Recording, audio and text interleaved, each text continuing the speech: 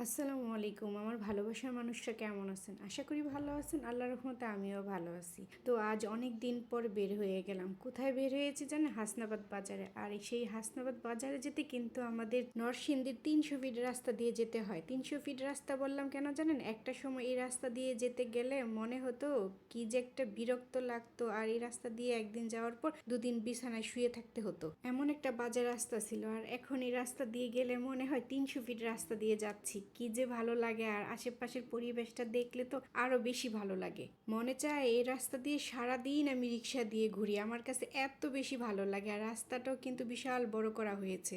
আমরা তো সব সময় আমাদের সব কিছু ভালো আশা করি, যেমন এই রাস্তাটা এখন সুন্দর হয়েছে, তাই এই রাস্তা দিয়েও আমাদের যেতে অনেক বেশি ভালো লাগে। কথা বলতে বলতেই চলে আসলাম হাসনাবাদ বাজারে। আর এই বাজারে আসলে আমার মনে হয় ভালো হাঁস পাওয়া যায়। তো আমি এর আগেও অনেকবার নিয়েছি, আজও আবার চলে আসছে হাঁস কিনতে। আর হাঁসগুলো দেখেন, এই মুরব্বী আঙ্কেলটা গলায় চিপ দিয়ে দিয়ে বের করছে। তো আমি বলছি যদি মরে যায় বলবে যে না, এগুলা এরকম করে বের করতে হয়।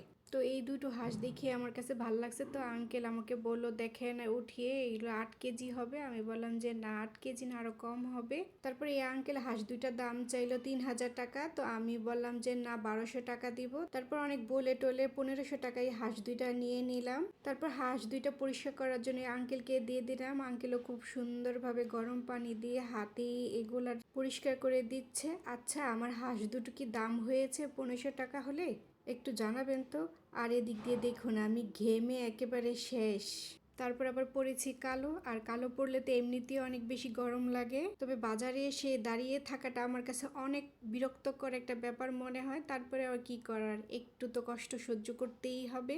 তো অবশেষে বাসায় নিয়ে আসলাম হাঁসগুলো। আর এগুলো এখন ছোট ছোট লোমগুলো আমার চুলায় সেকা দিতে হবে। সেকা দিলেই দেখা যায় আমার কাজটা আরো সহজ হয়ে যাবে, পরিষ্কার হয়ে যাবে খুব তাড়াতাড়ি। তো এখানে দেখুন ভালোভাবে কেটে ধুয়ে নিলাম। আর কাটাটা কিন্তু আমি দেখাইনি, কারণ ফেসবুক মামা যদি পছন্দ না করে তার জন্য।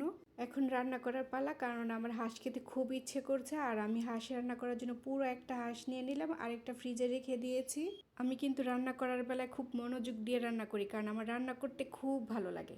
তো আমি এখানে সব রকমের মশলা দিয়ে একটু কষিয়ে নিলাম। এই কষানোর মধ্যে আমি মাংসটা দিয়ে দিব। আমার একটা হাঁসেই কিন্তু মাশাল্লাহ অনেকগুলো মাংস হয়েছে। মশলা কষানো শেষ, এখন আমি মাংস দিয়ে দিব। আর হাঁসের মাংস কিন্তু অনেকটা সময় নিয়ে রান্না করতে হয়, তাহলে হাঁসের মাংস অনেক বেশি মজা লাগে খেতে।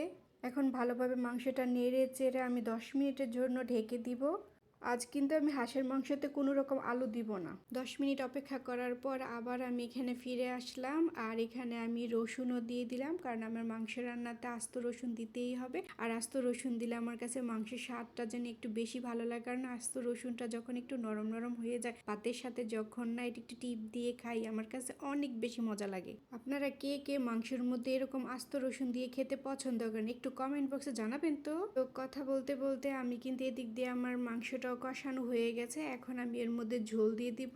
ঝোল দেওয়ার ভিডিওটা আমি নিতে পারিনি, কারণ ভিডিও অন করতে ভুলে গেছিলাম। আমার হাঁস রান্নাটা কেমন হলো অবশ্যই জানাবেন। আজকের মতো এখানে বিদায়, সবাই ভালো থাকবেন। আল্লাহ হাফেজ, আসসালামু আলাইকুম।